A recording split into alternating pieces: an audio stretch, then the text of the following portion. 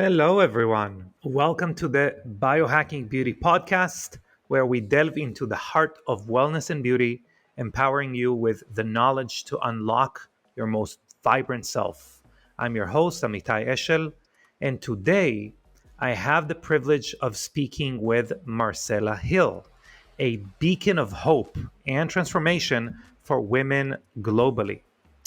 Marcella, I'm very excited for this podcast. Marcella is not only an accomplished entrepreneur and best-selling author, but she's also a guiding light for countless women navigating the waters of perimenopause.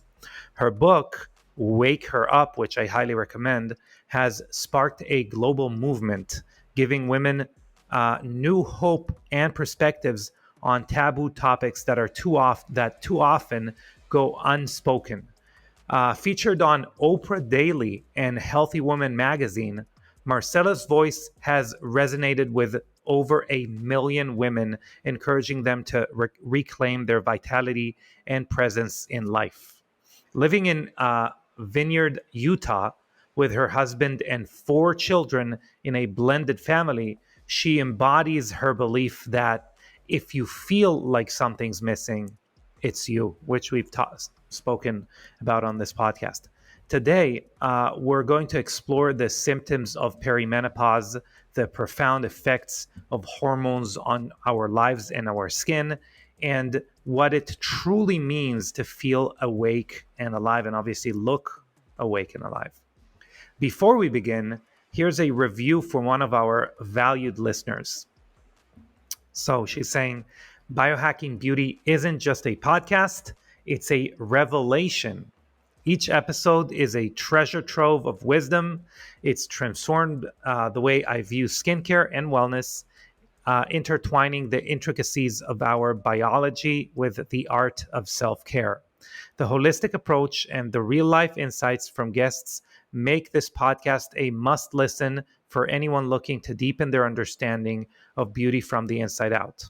It's empowering to discover how much control we have over our health and appearance. This podcast is a weekly dose for me of inspiration and education, and I can't go without it. I can't do without it. Sorry. And now, if you haven't already, please take a moment to leave a rating and a review on Apple Podcasts or anywhere else you're listening to this podcast. Your engagement helps us grow and reach more people with the empowering message of beauty and wellness. So, let's take up the wisdom of Marcella Hill and dive deep into a conversation that promises to enlighten and inspire. Yeah, enjoy. All right, Marcella, welcome to the Biohacking Beauty podcast. Thank you so much for having me. It's a pleasure. Yeah, I mean, to be honest, most of the time, guests that we're having on, I kind of know them from before, like we've met or they're friends or whatever. And it's really special to me to have a conversation with you since we haven't met before. Like the first time we talked was a minute ago, and Yep, right now.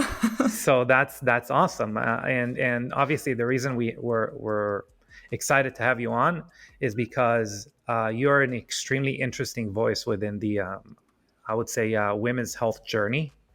And maybe we can start by asking, like, starting as an entrepreneur at a young age, eventually leading a global company. How have these experiences influenced your approach to wellness, self-care? Oh, wow. We're going to start big. So Yeah, we're going to start big. we're jumping all into the deep end. This has been such a wild ride. It's interesting that you asked me about my entrepreneur journey because not a lot of people know that that is what I have done before this. I've only been in this world of influencer / content creator, TikToker, whatever you call it, for less than a year. And before that, I had owned several other companies, built brands, global brands, national brands. And I have loved owning companies and building brands. And that has taught me that you got to work hard. It's taught me how to capture people's attention, how to create something that people can feel a part of, how to communicate with people, how to Mm-hmm. solve problems, how to wake up and do it again the next day and the next day and the next day, and to keep going. And so last year when, here I am, I was in the middle of owning my parents' original company. I'd owned it for 10 years. It's called Love Woolies. We made stuff out of old wool sweaters, turned them into mittens like the Bernie Adorable. Sanders mittens. Amazing company. But I was bored and I was done and my body hurt. I felt like I was going out of my mind. I was 40 at the time. I had had a hysterectomy a year before that. I was feeling really pretty much dead inside. Living the And dream. yeah, I just thought this is how entrepreneurs do it. We just run ourselves into the ground. We don't Yeah. sleep. We don't eat. We just do what we got to do. The whole idea of grit, right? You Yeah. just keep going until you just Yeah. finally make it. And it just got to a point where I thought, this is killing me. I don't think I can do this anymore. And I felt hopeless, honestly. Wow. And it was scary. I thought I was depressed. Luckily, I had a friend lead me into getting hormone therapy and tell me that perimenopause was a thing, which I didn't even know that was a thing. And long story short, I ended up getting hormone therapy, felt amazing, felt like I woke up in a new body, shared it on TikTok. 3 days later, 9 million people saw that one video, and I just kept Wow. answering the questions and they kept going viral and people kept asking, where are we going? And then I built a website really quick. We built You're all like, the oh, things. there's a we now. Right. Yeah. And it just kind of blew up and here we are. So it's been a ride. Yeah, that's a beautiful origins story right there. I also think that, talking about entrepreneurship, business, and being a woman, like besides where you are as far as like your hormonal journey, I think there is something very unique talking to women entrepreneurs because the world almost like the business world almost begets you shedding some of your femininity and kind of adopting masculine traits. And when I say masculine traits are some of the things you mentioned as well. It's like, let's ignore our body completely and run it to the ground. And obviously I believe, if you look like historic, like looking at how we evolved, men are a little bit um more designed to have to function while destroying every piece of their body, and whereas women really have to listen to their body to function optimally and to kind of to live up to to who they are, their potential. So that's do you feel similar in a way where you had to, I mean, discover some femininity when you're kind of transitioning out of it? Wow, this is such a big topic. One of the things that I was talking to a friend about just the other day, we listen to all these entrepreneur books and Uh self-help huh. books, and most of them, I would say most of them are written by men, and most of them Hmm. talk about how important it is to serve other people, think outside yourself. And it's interesting that they're written by men, and then men who have found their higher selves or whatnot have said that this is an absolute necessity to make sure you're thinking outside yourself. So then as a woman, you're listening to this and you're thinking, okay, I got to make sure that I'm thinking outside myself. But we already are. And when you talk about Uh huh. thinking about our bodies, you think about women at the age of 11, they're starting to have their periods. Like their bodies are starting to think about other humans, like literally containing them in their bodies, Yeah. right? And our bodies are built to give nourishment to babies and hold them. And without thinking intentionally about giving of ourselves to be our best self, we just already are. And Yeah. I started thinking, what if women are the opposite? What if Yeah. for us to be our best functioning selves, we actually have to intentionally think about ourselves. We have to come back to our bodies, think about our bodies, think about our mental state. And if more women were more connected with their bodies, thought more about themselves, which sounds very selfish, but what if that is the state where women could function at their highest selves because they would be more aware, they would feel better, they could actually go and do the things that they're dreaming of because they're taking care of themselves. Yeah. So that's been my philosophy. And as I've leaned more into listening to my body, I mean, you Hmm. can see what it's done, right? Like I just about ran myself into the ground, basically almost blew up my company. And because I paused and stopped, paid attention, I'm not sleeping, I'm not eating, I'm gaining weight, my body hurts, I have no sex drive, everything itches. I started paying Hmm. attention. It became debilitating. But because I paid attention, I was able to go find the answers. And now that I feel good, I've written my book. I've published my book. I have 1 million Yeah. followers. I'm on podcasts, right? Like I'm doing everything I've ever wanted to do. It happened because I felt good. Yes, I agree. Well, you mentioned your book, which is called "Wake Her Up." It's a fantastic book, and in the book, you mention awakenings in various aspects of your life. Can you share an insight from your journey that has particularly resonated with your audience? Yeah, one thing that's really interesting, I spoke at the Power of Menopause conference in Toronto and shared this story to a group of about 300 women. And as they approached me afterwards, it was the same story. Out of about 10 stories, it was this one Hmm. story that seemed to resonate with everyone. And at this age, a lot of women, so I'm 43, and a lot of women Hmm. have teenagers. And we don't publicly talk about our teenagers because we want to protect them. They have their own life. We want to respect them.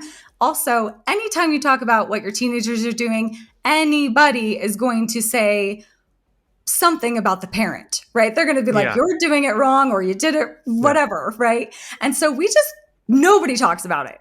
And so it's a Hmm. very lonely place where all of us are losing our shit. Uh-huh. And so what happened to me was my daughter turned 15. I am divorced from her dad, and she decided to go and live with her dad. And we had had a pretty rocky relationship, as I would say most moms and 15-year-old daughters do. But it was Yeah. really, really hard for her to leave because suddenly I didn't know how to be her mom. I didn't know how to show up for her. The definition of mom for me is make her breakfast, do her dishes, tell her when to go to bed, tell her Hmm. to wake up, be there when she gets home from school, all of that. And when you take all of that away, who was I? I felt like I had completely failed, completely destroyed something that I could not go and replace. And it really broke me. And that got me to a point where I realized I had had all these moments in my life that I felt like I had failed or lost myself. And I was so exhausted from having to go find myself again, rebuild myself again, wake myself up again over and over and over, just to have someone else not like me, have my daughter leave and feel like a failure again and again.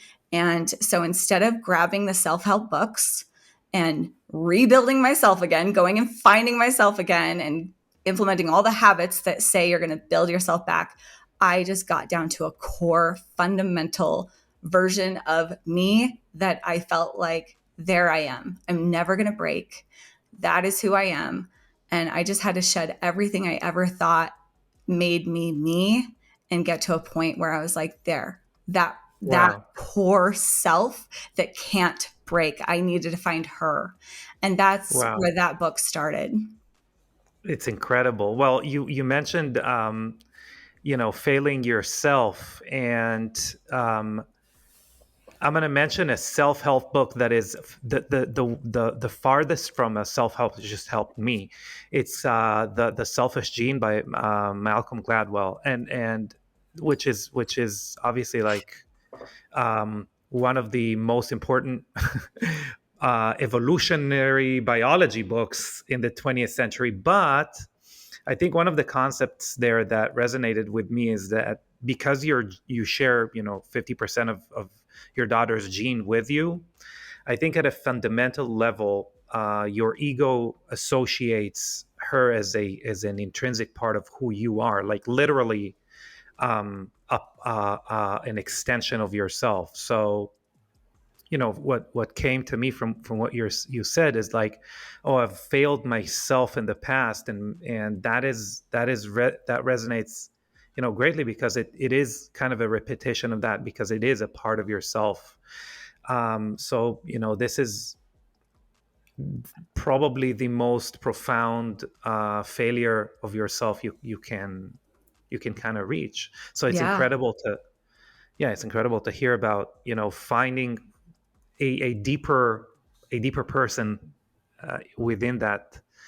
Well, I It's think that beautiful. even society, you'll hear women all the time say, "Oh, my kids are everything." My kids are Hmm. everything to me. I mean, my Hmm. mom gave up everything that she ever dreamed of to Hmm. just be our mom. I think a lot of women my age have watched our moms sacrifice everything that they were to be Hmm. our mother. And so we feel like that is what we're supposed to do, that our kids are who we are. So then when our kids don't like us, or they are doing something we don't like, it is us. We have Yeah, defined ourselves by our children. And I I am the voice that says, no, your kids are not your everything. Your kids are not who you are. And I think it is pertinent to the future of the world that women specifically like challenge that, and they go yeah, and they find a whole version of themselves, because if we don't, we are going to just create the cycle. We are going to create yeah, more kids that think they have to give up who they are for their kids, and then we're going to end up living in a world, which we do right now, living in a world where people don't actually exist, if you think about it. yeah, Right? Like if I think that I am my kids, then I am not existing, and then I'm yeah. teaching my kids to go be their kids. And in the end, no one is whole, no one is real.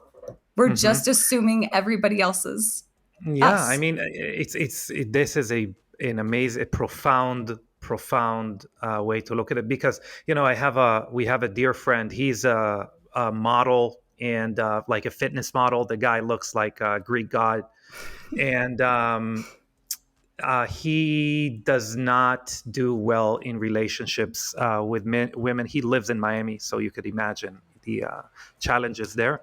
And he's like, this person that I'm dating doesn't get the whole fitness thing. She doesn't understand why I need to, work out or whatever.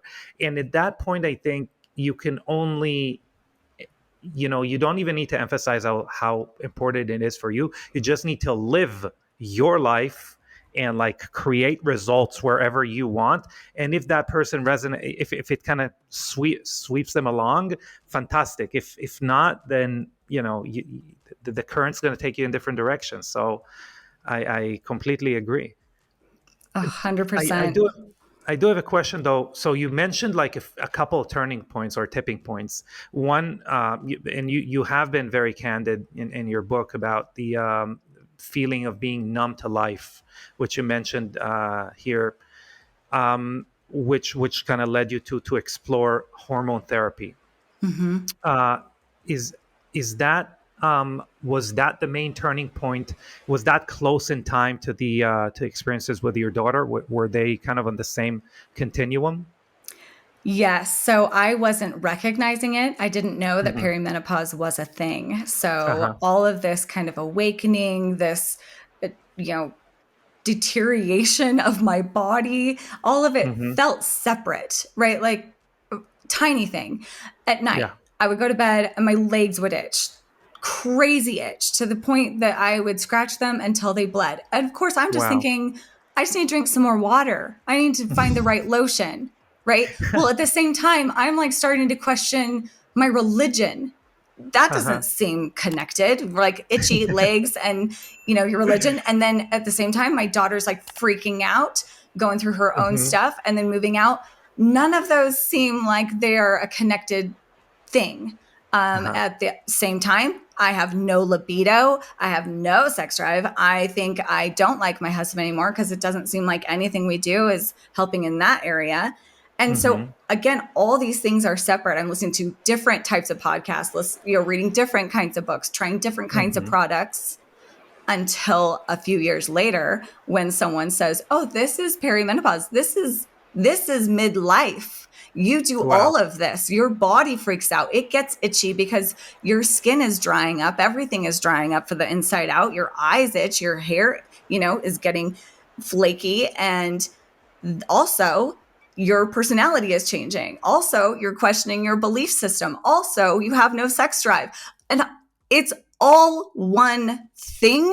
Like, how do we not know this? I mean, it is like puberty 2.0. It is like a puberty times 100, but now Wow. you've got a family and a Now we've job. got someone else Yeah, going now through people puberty are at the like same time. actually affected. You can't just be a crazy teenager and just ruin your life and have it not affect anybody. And Uh-huh. so having someone explain to me that this is age appropriate, you're doing it exactly right.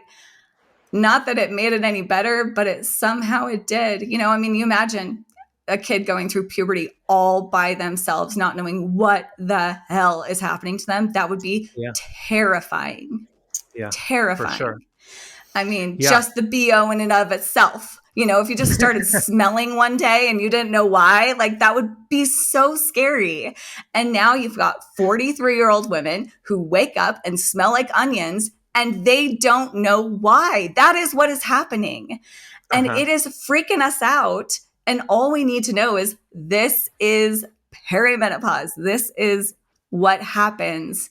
And that knowing and being prepared would save a lot of lives and a lot of marriages and a lot of careers because we would know what was going on.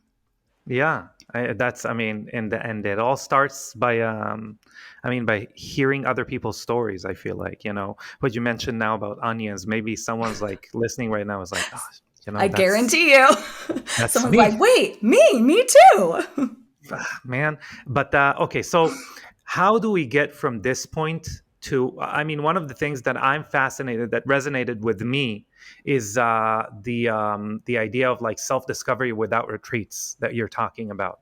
So how do you go from okay, finding all of this out, like being in the middle of this, no offense to anyone, like this shitstorm basically of everyone has complaints to you, including yourself, and you're starting to piece the things together to this wisdom of self discovery. And yeah, how does this journey shape your understanding of your own health, of women's health, especially obviously the transformative phase of menopause, perimenopause? Yeah. How do you get there? I think obviously the first thing is awareness. Yeah. The first chapter of my book is, are you living asleep? Like, are Yeah. you asleep? You can't know that you're asleep until you wake up. We've all done it. We've all fallen asleep at some show and Hmm. woken up not knowing at what point during the show did we fall asleep. And that's what's happening in life. We've Yeah. fallen asleep. We're not really sure at what point we did. And we don't even know that we are asleep. So I think the first thing is awareness. Stop for a second wherever you are. Just stop. Start asking yourself questions like, when's the last time you felt joy? What brings you joy? What did you used to do that lit you up from the inside out? Why don't you do that anymore? You know, are you Yeah. sleeping? Is your scalp itching? Just be aware. Listen to yourself. Are you saying mean things to yourself all the time? Are you beating yourself up? Are you constantly striving to get something else? I mean, just listening. There's a Hmm. beautiful book I love, Untethered Soul by Michael Singer, or his other book, Surrender Experiment, also Power of Now. But he Yeah. asks a question in the beginning. You have this soul in you, and he talks about standing behind your thoughts. Mm-hmm. And if you right now just can say in your mind, like scream or say hello or anything, just in your mind, there is a voice there. And Yeah. he talks about how, no, you're not the voice, you're the one listening. And Mm-hmm. when he said that, it just like took my breath away, Yeah. because we think that we are our thoughts, but we're not. We are the No. person behind the thoughts, listening to those thoughts. And when you can see that, I think that is the first step in awareness. For me, it really was, because as scared as I was and as mean as I was being to myself about having my daughter move out, or, ending my first marriage, or my body failing, or my business failing, I had to start listening and being the person behind the thoughts, where Yeah. you would look at it and be like, wow, that's a lot of fear. Wow, that's a lot of hate. That's super interesting. Why is that there? Why are you saying those things to yourself? Almost like this dual personality or whatever you want to call it. But for me, it worked. And I Yeah. think that's the first step. You have to be aware. And that awareness is everything. I mean, think about it. It's the difference between someone laying in a bed with their eyes closed. We just want them to open their eyes so that we know they're alive, right? Yeah. Like if you have For someone in a sure. hospital, you just wait for the moment that they're going to open their eyes. So you just opening your eyes is everything, everything. Mm-hmm. So that would be the first point. For sure. I think you said two things which are magical. First of all, obviously you are the observer of your thoughts rather than the one thinking. That's profound. I mean, that's a whole yogis um, build their career and bought their Rolls Royces sometimes, as we see on Netflix, because of the idea of disassociating from your thoughts and connecting to the core thing that experiences. You're the thing experiencing whatever this world is. And I think to connect to your first thought of just stop for a second, ask yourself if this is the right now, whatever you're doing, that's a life that you want to have, is kind of within the same realm, the realm of um, creating a conscious choice of whatever is going on from now on, right? Yeah. Yeah, I think it's super important. That the idea that I am not my thoughts and I am not my body, that was pivotal for me. The Hmm. other thought that came from the book A Man's Search for Meaning by Uh-huh. Viktor Frankl Victor is the Frankl, yeah. idea that, right, you have to listen to the book, it's so good. Yeah. But the idea that the world is not happening to me, I was created to happen to the world. And Hmm. when I listened to this man in a concentration camp, deciding that he was the hope when he was out looking for hope, but he decided he was the hope in the middle of the worst possible historical situation of history of all time, Yeah. I realized, okay, wait a minute. If this man can be the hope that's happening to a concentration camp, then surely I can be the hope that's happening to this pile of laundry, right? I mean, that was just how I broke it down. The laundry is not no longer happening to me. I mean, how many times do you wake up and the dishes are screaming at you because you haven't Uh-huh. done the dishes, or your work or your email or whatever it is screaming at you because it's happening at you. And if you can flip it and see the pile of laundry, see the millions of emails, and say, okay, I see you. How does Uh-huh. Marcella want to show up to this? There's a pile of Hmm. laundry. How do I happen to the laundry? Maybe I light a candle and put on some serenity music and we just have a moment with the laundry. Or maybe I just take the whole thing of laundry and I like chuck it on the beds. Like that's how I Uh-huh. happen to laundry. It doesn't really matter, but just the flip in deciding that it's not happening to you. You Hmm. have the ability to happen to it. And then that can expand into things big. Like my first marriage ended in him having an affair. again, a lot of people would say that happened to me. I was a victim of that. And I wish that I had had someone at that moment in time saying, this does not have to be happening to you. You can show up for this. How do you want to show up for this? How do you want to be angry? Do you want to be sad? Do you want to yell? Like, how do you want to happen to this? That Mm-hmm. is a very different approach to life than thinking life is happening to you. Yeah, yeah, 100%. We're now going through Anastasia we're listening to a hypnobirth course. I have done Um, hypnobirthing. That's yeah, wild. preparing for the birth. Congratulations. Thank you. And this is something that I'm getting a lot from kind of listening to people going through that. A lot of a lot can happen during childbirth. It doesn't normally go according to plan, but um, the positive experience that you're going to have at the end of this is that if you felt like everything that happened was done with your permission, with your awareness, with your involvement, rather than something happening to you, and that could definitely be taken, with you for the rest of your life. That mentality. Yeah, and when you think about showing up to the world or to the scenario, there's a lot of things that you don't get to decide on. Most of the things in the life you don't get to decide. Mm-hmm. But everything that occurs, every experience, if you believe that you were built to happen to whatever happens, that is different, Yeah. right? So Yeah.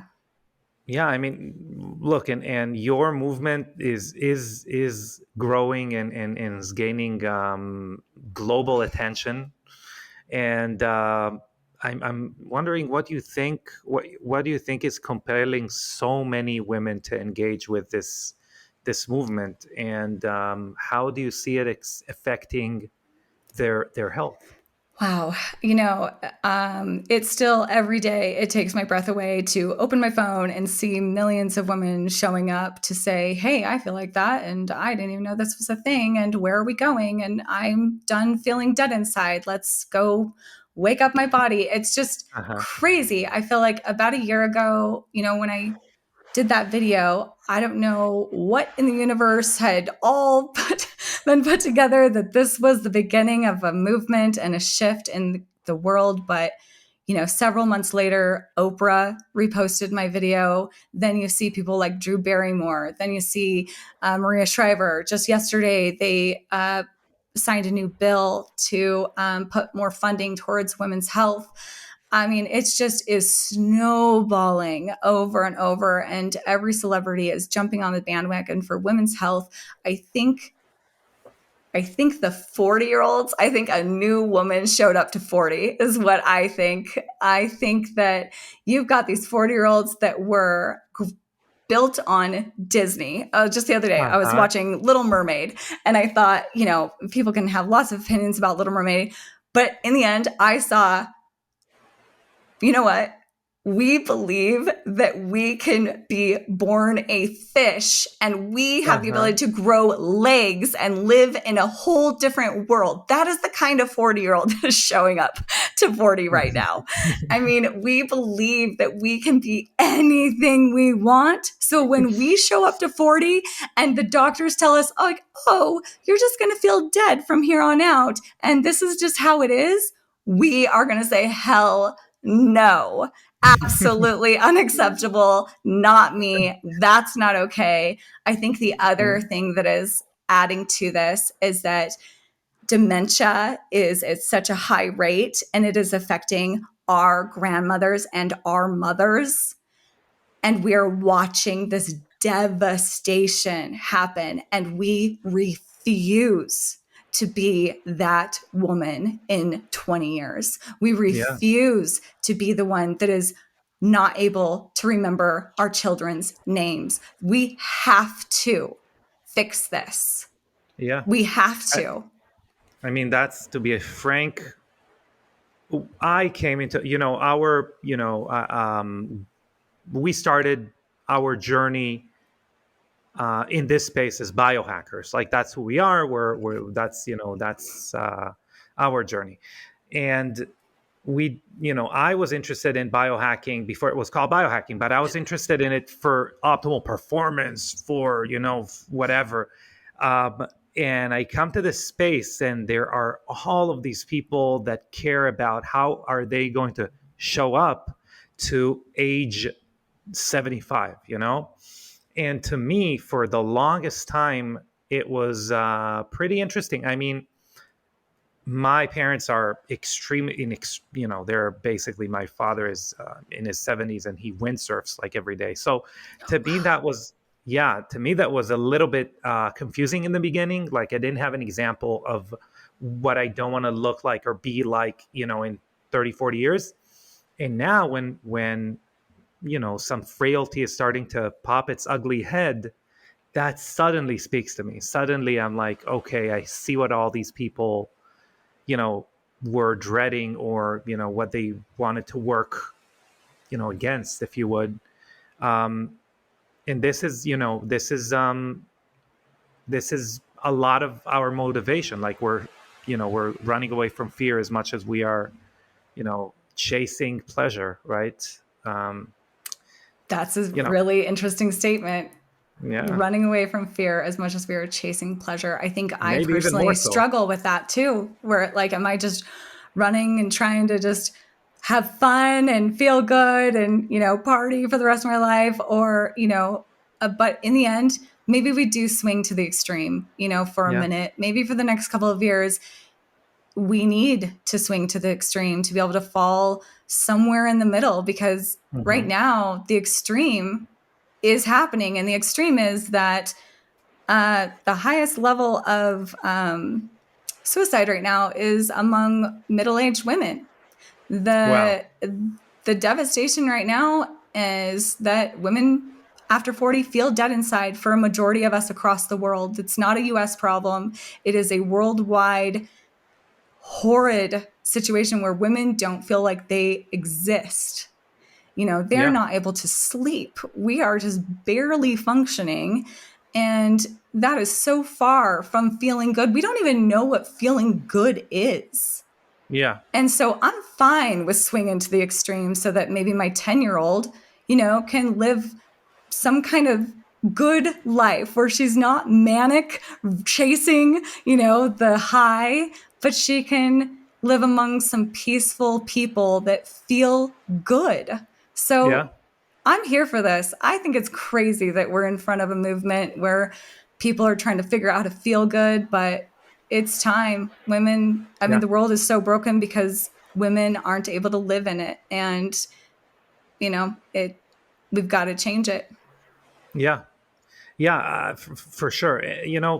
I want to stay on the idea of what you echoed, was that you didn't know that you were perimenopausal while it was happening to you, and keeping on the theme of biohacking beauty and a skin oriented podcast. Many women, I'm sure, they just don't recognize the early signs of perimenopause, menopause. Uh, so maybe could you discuss some of these systems, maybe particularly those affecting skin health, and how do we identify them? Of course. And I always like to say, I am no expert. I'm just a regular 40-year-old sharing this with my friends. And the only reason Great. why I know a whole bunch of the symptoms is because I have 1 million followers. I have 40,000 women that are also sharing with me very specific about their symptoms. And so when you look at a world of women all comparing notes, you kind of can Yeah. gather up what's going on when you hit Hmm. 40. So, first of all, perimenopause is starting closer to 35, which Hmm. that's wild because I did not even think to be thinking about any symptoms in the realm of a menopause word until I was like in 50s. So, Yeah. if you're 35 and all of a sudden you woke up and you smell like onions, that's probably your hormones shifting. Hmm. And you can still have a regular period and be in perimenopause. A lot of people think the word menopause suddenly means you don't have a period or that you can't have babies anymore. And that's not it. It's just a shift or a decline in your hormones. And so your standard ones are no sex drive. That's the biggest one. most women come to because it's affecting their marriage, it's affecting somebody else. They're not really paying attention to their body. They're actually just realizing that their husband is pissed off, right? So they're trying to fix their sex drive. Sex drive is probably number one. No sleeping, big one. Everyone thinks that's just a normal thing. Itchiness. Itchiness is big Mm-hmm. because we are not associating them together. Women are having painful intercourse because of vaginal atrophy, which is caused by a decline in moisture because you have a Mm-hmm. decline in estrogen. And Mm-hmm. then we're not associating painful intercourse with like a new flaky scalp, right? Or Mm-hmm. itchy ears on the inside or itchy dry eyes. All Yeah. of that is your body drying up from the inside out because you have a Yeah. decline in hormones. Crazy ones like heart palpitations. That one's a big topic right now because Oprah is talking about it. She went to 5 different doctors. Nobody could figure it out. It's because she's in menopause. Mm. You've got phantom smells, weird tastes. You So have, maybe you don't smell like onions. You just right. have a phantom smell of onions. Yeah, like, Who is it my teenagers? Is it me? Who knows? The itchy skin is a big one. The other one is, oh my goodness, you brain fog. You can't come up with words. And brain fog, a loss of vision, high Yeah. cholesterol, a sudden high cholesterol is Mm-hmm. a symptom of perimenopause. There's like 100 symptoms. You could just keep Yeah. going, but Well, those are the main ones. from the vantage point, obviously, of skin health and science, what we see, and you did mention the decline of estrogen. So with that comes also a decline in collagen production. Mm-hmm. And we don't have to, we can talk about the skin, wrinkles, sagginess, lack of elasticity, a lack of bounce, and what we call autofluorescence, which just means that you are glowing. But also, this decline affects your gut because it is also, built uh, not predominantly, but collagen's a big factor there, and your joints. So stiff joints or anything that has been exacerbated, if you have an old injury, anything like that, all of that decline in collagen production can really, really affect that. And you mentioned drying. That's a lot. A lot of what is also declining is our ability to hold on to moisture because of a decline in something else called hyaluronic acid, which a lot of people know because it's in a bunch of products. But yeah, your basically your ability to create those building blocks for your skin, for your body, is declining. So that is something that we can definitely see in it.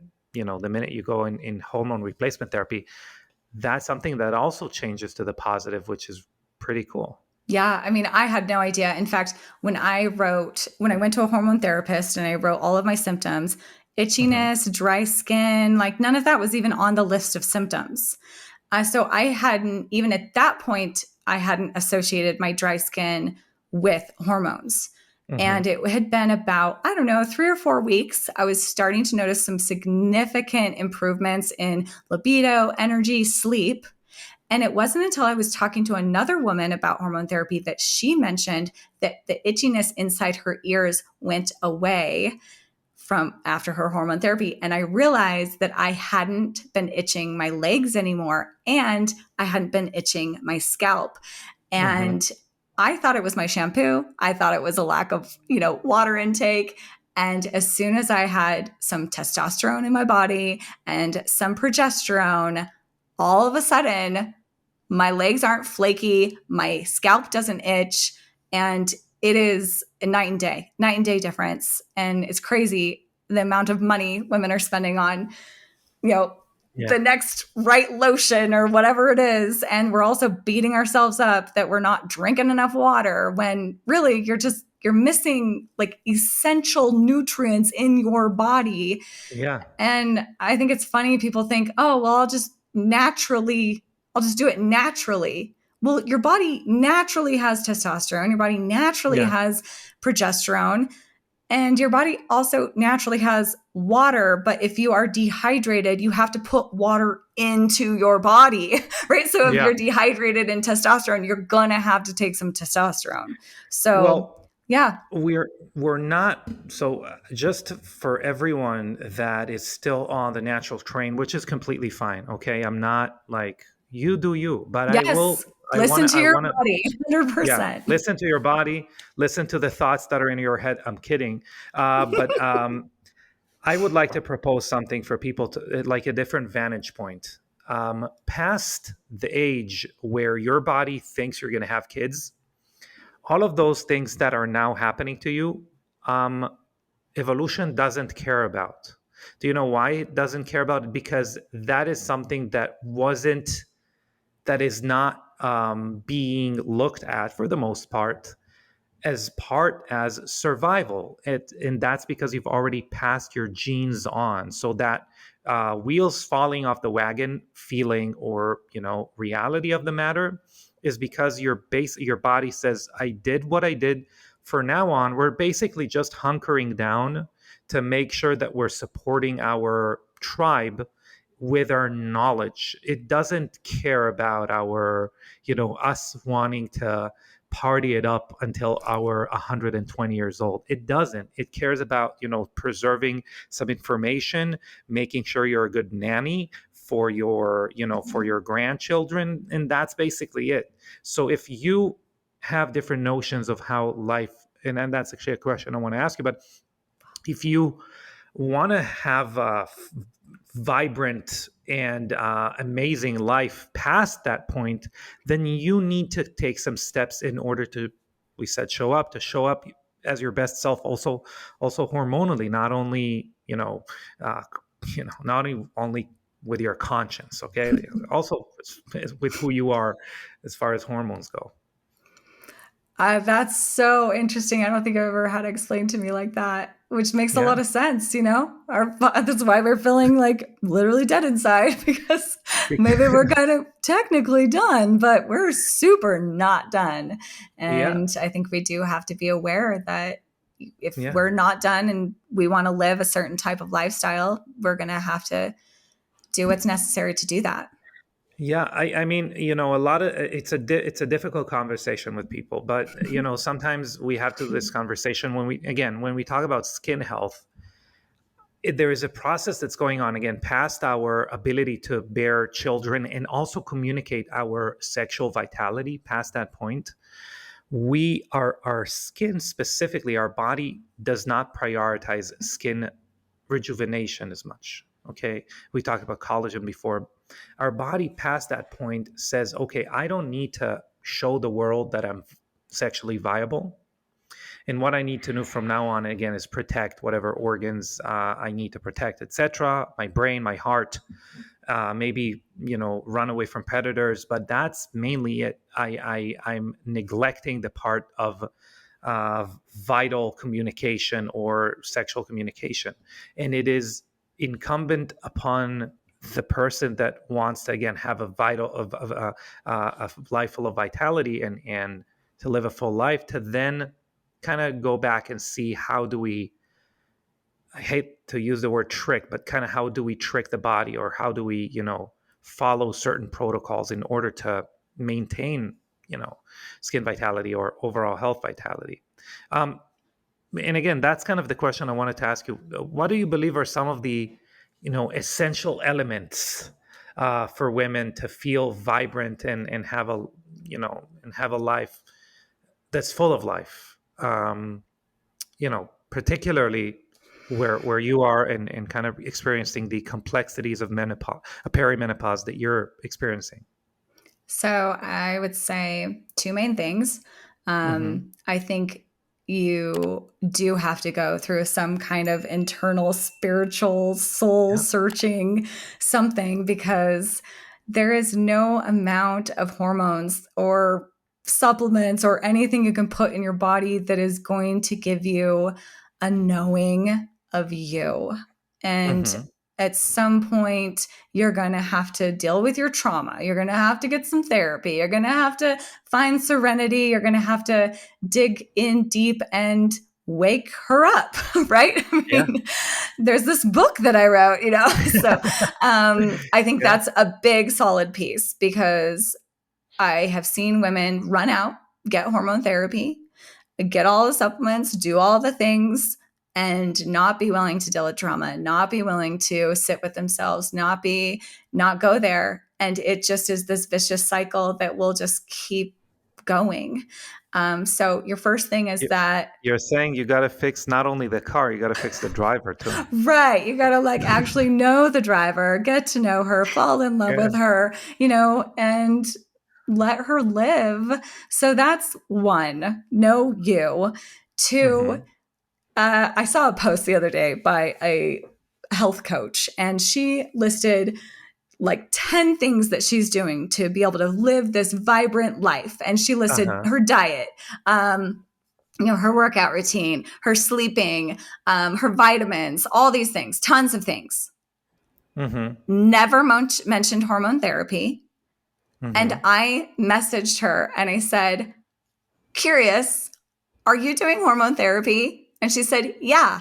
And I said, I feel like that's a pertinent like Mm-hmm. point in all of this, because so many women are running out, trying to do the right diet, trying to do all of these things, thinking that they're supposed to look like these health coaches, and all the health coaches and all the women that are like out there actually feeling vibrant and alive, they are optimizing their hormones. The end. That's it. Mm-hmm. Somehow, somewhere, with whatever method they're doing it, they are optimizing their hormones. I guarantee you, almost any woman that you see that feels vibrant and alive after 60 and she has muscles, she is optimizing hormones. I don't care Yeah. what, like somehow.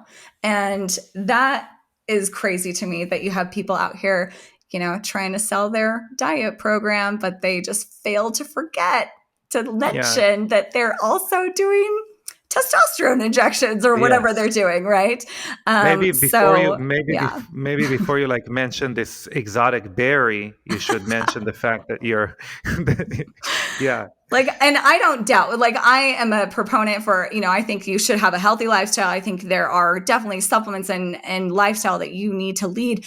But what is really tricky is that if you are killing yourself at the gym and you're probably doing the exact right thing at the gym, but without the right level of hormones in your body, you're just not going to get there. Right. And I Mm-hmm. think that is the thing. It's like this secret little thing that women don't know. They're doing all the right things, but they need this like key element that we were not made aware of. Like, women aren't Yeah. sleeping and they're going out of their minds and they have depression because most of us don't have the right amount of progesterone, which is the happy hormone. Right. Like, but Yeah. nobody's saying like, go get progesterone. No one, I never heard of that. Not ever. And Yeah. I do not sleep without my progesterone. So there's that, Yeah. So, what is your? So you mentioned a fitness influencer and her 10 things, and this is whatever this is her protocol and stuff like that. I'm wondering maybe kind of to get this podcast, a little bit close. We're kind of nearing the end of the podcast. I'm wondering, about Marcella. How do you? What are your the things that you care about? Yeah, we mentioned hormones, we mentioned, self-exploration and mindfulness. What are some of the things that you are doing on a regular basis, whether it is, diet or working out, whatever that is? What is important to you, and kind of what do you emphasize? Well, I'll probably be a huge disappointment in this because I'm just your regular 43-year-old trying to just, make it in this world as an entrepreneur.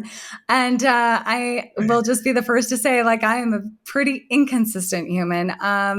But for me, I scrapped my to-do list quite during my awakening, I would say about a year Yes. ago. I don't write to-do lists anymore. what I try to do every morning is, well, I will say this. I have a big, huge thing of water, and Uh-huh. I fill it up before bed. And before I even get out of my bed, I consume the whole thing of water. That's my one thing Wow. in the morning. And and then after my water, I will sit with myself and I think about, you can call it meditation, you can call it whatever you want, but I think Mm-hmm. about my to be list. And Wow. that will be more like, am I going to be silly today? Am I going to be funny? Am I going to be creative? Maybe it's a sad day. Maybe it's a resting, I'm going to show up calm today. I really try to, and people call it setting an intention. I mean, you can call it all the yogi words, all that. This is just your regular girl thinking about how she wants to show up to Mm-hmm. today. And those are the two things that honestly kind of set my day. And Yes. throughout the day, I really do apply, how do I show up to this?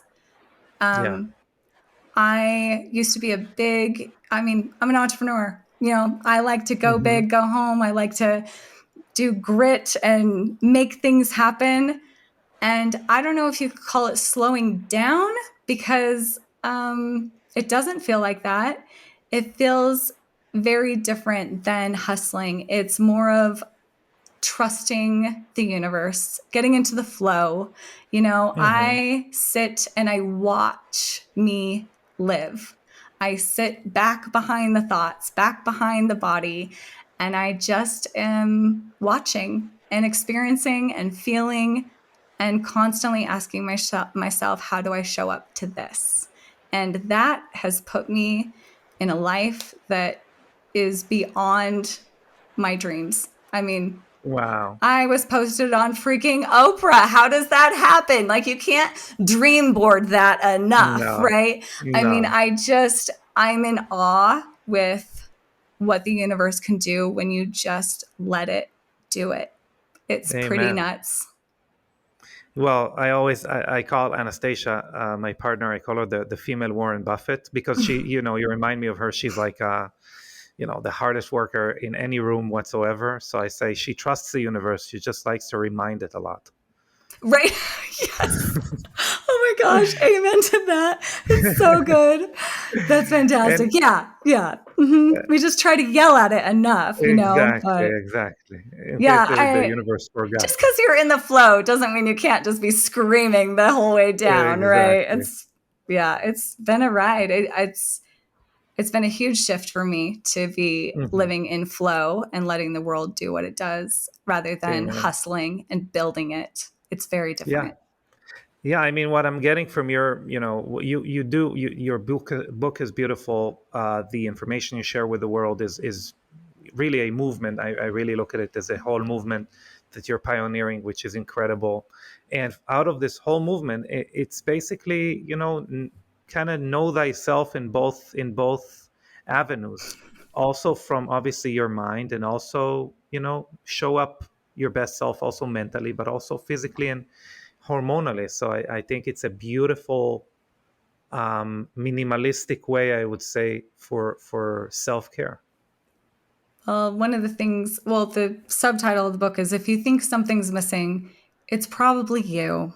Yeah. And I think one of the biggest things that has been so mind boggling is that the answer that you are looking for, if you've made it this far on this podcast, you are looking for something, right? And you're probably going on to another podcast after this. But Yeah. the answer you're actually looking for is you. It's Uh-huh. you have the love, the compassion, the excitement, the adventure, you're looking for you. And most people just haven't stopped long enough to get to know themselves at all. And I believe that when people start doing that, they will fall madly in love with themselves in a way that will kind of light the whole world, and it will light everything around you. And I really think in the end, the answer is you, listening to Yeah. you. Yeah. Well, Marcella, listen, you are an inspiration, and I super appreciate you coming and sharing with us, your story or your thoughts today. Obviously, for the 1.5 people that have not, that this is the first time they get to consume your information, where are some of the best ways to kind of consume more of it? Obviously, the book is fantastic. Um, Yes, the book is what? Wake Her Up. It's on Amazon, or you can get it at Barnes& and Noble or marcellahill.com. You can get a signed Uh-huh. copy with a free sticker. So Ooh. there's that. Also, I have my community is Wake Her Up on Facebook. Over 40,000 women across the whole world are hanging out in there. It's a lot of women hanging out and a lot of talking that's beautiful and amazing. And if you need a community and a new best friend, Wake Her Up on Facebook is incredible. The other thing is that my community has pulled together all of their recommendations for the best hormone therapists, and inadvertently we created the largest worldwide directory for hormone therapists that women actually like. And so you can go to wakeherup.co to find the directory of the best education. It's not Hmm. me, it's like, it's letting you know who is in this space to be able Yeah. to support you and your body. So, Shout out and Amy yeah. Horneman, the thyroid Yes, fixer she over is on there. there. Of And then course. obviously on social media, I am being Marcella Hill. And you can find me And you at are being. being Marcella Hill. Yeah. Yeah, and all the links are going to be in the show notes. Marcella, again, thank you so much. You are incredible. And I can't wait for Anastasia to listen to this podcast, to be honest. Well, this has been a pleasure speaking with you. Thank you so much for allowing me to be here as a voice for the people. I really, it's amazing to watch all the opportunities that come this way. I think women are ready to wake up. So let's do it. Yeah. Thank you, everyone. Bye now. Okay. As we close today's inspiring conversation with Marcella Hill, it's clear that understanding our bodies, especially during transformative phases like perimenopause, is key to our overall health and obviously our skin health and beauty. Marcella's experiences and insights remind us that, um, they remind us of the power of self-awareness and proactive wellness is enough to change lives and obviously get us to live our best life. Before we end today's episode, let's address some of the thoughtful questions from our listeners, and these are questions we actually kind of kept um, for something like this podcast. So the first question is: I'm in my late 30s and starting to notice changes in my skin. What are the first steps I should take to help my skin? So first and foremost, again, I'm not saying that you are perimenopausal, but as Marcella said on the podcast, it starts for most people around age 35. So first and foremost, I would definitely look at your hormones, look at your do a blood test, a blood panel, see that everything is functioning optimally, and that is really where you start. You can obviously go to an integrative medicine practitioner and kind of take a look at how your body functions. If you have a biohacking center next to you that does some of the more interesting testing like oligoscan, that's something you can do as well. As far as um, skin specific, I would definitely, if you're in your late 30s, I would concentrate on keeping what you have. So, I know it's not going to come as a surprise, but, wear sunscreen. We obviously have BioShield SPF 40 because we believe that pollution, EMF, heavy metals have just as much to do with driving skin aging as UV radiation. So you could do that. And in general, you can have a very basic routine, which is wash your face. Obviously, if you want to use our adaptogenic cleanser, that's your call. Have a serum that targets the things that you are interested in. You notice signs of aging in the skin, whether it is laxity or wrinkles or hyperpigmentation. Use a serum that is specific for those needs. It could be ProCare senolytic serum if it's more general, wrinkles, laxity. If you want something that's more hyperpigmentation specific, that could be bioretinol or just using retinol. And then obviously use a good moisturizer. You could use Care NAD boosting moisturizer or a moisturizer of your choice that basically prevents skin dehydration, which is very important for skin longevity. So that's as far as like first steps. Yeah, go get your hormones checked. Second question, you've discussed the importance of recognizing the signals of hormonal changes. Um, are these specific skincare ingredients or routines that you recommend for women? Um, Sorry, I read it wrong. What are the specific skincare ingredients or routines that you recommend for women undergoing hormonal fluctuations? So I think it's important to understand that um, the the perimenopause and menopause. One of the things that it causes is a reduction in the expression of genes or the functions of genes that are involved with collagen, elastin, and hyaluronic acid production. So we can do two things. We can address the signs, we can address the problems, or we can try to correct them. Obviously, going for hormone replacement therapy can work, but if you're asking about specific ingredients and routines, NAD is probably the first thing I would recommend, both as a supplement. If you can get IVs or injections, that's good as well. And obviously, we provide it as a topical. Another supplement slash IV slash topical coming soon is spermidine, because that helps us, eliminate some of the cells that don't function correctly. And then we can look at things that, again, increase collagen production, elastin production, and having the ingredient hyaluronic acid. If you really want to correct these processes at their source, you can use ProCare senolytic serum, because we've shown clinically to upregulate 14 different genes that are involved in collagen, elastin, and hyaluronic acid production, and was actually made for people who are not 15 years old, that we need to make sure their genes are functioning correctly. So you could do that. Or if you want a more general recommendation, our products are not cheap, and what we're trying to do here is make sure you have an answer that you can act upon and afford. Look for a retinol that you can use and like using. Vitamin C, hyaluronic acid I already recommended. And again, one of the things that is most important is preventing something called transepidermal water loss, which means you're basically water evaporating from your skin. You can't hold on to moisture. So a good moisturizer would allow you to kind of seal that in. I had Kiran Krishnan from Civ Care on the podcast before. This is a $49 serum monthly supply.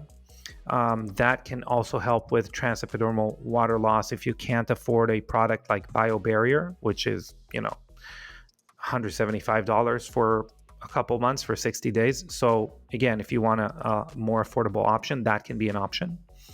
But in general, again, vitamin C, retinol, hyaluronic acid are good places to start, and a good moisturizer. But that's the questions we have for today. Thank you. Thank you for these excellent questions.